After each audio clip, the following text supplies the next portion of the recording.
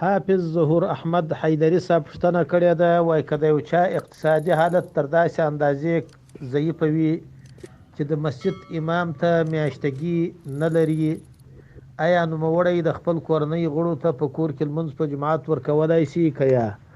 محترم وروره، همیشه په کور کې جماعت کول مکروه دي.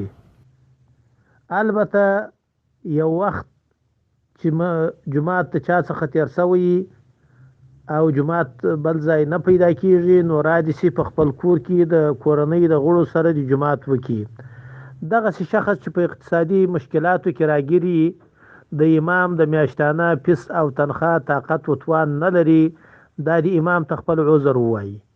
که امام ته نو څه ویلی، د کلي مشر ته د خپل عذر ووایي چې مولوي صاحب وکړه چې دغه په اقتصادي حالت باندې ډیر کمزوری دی.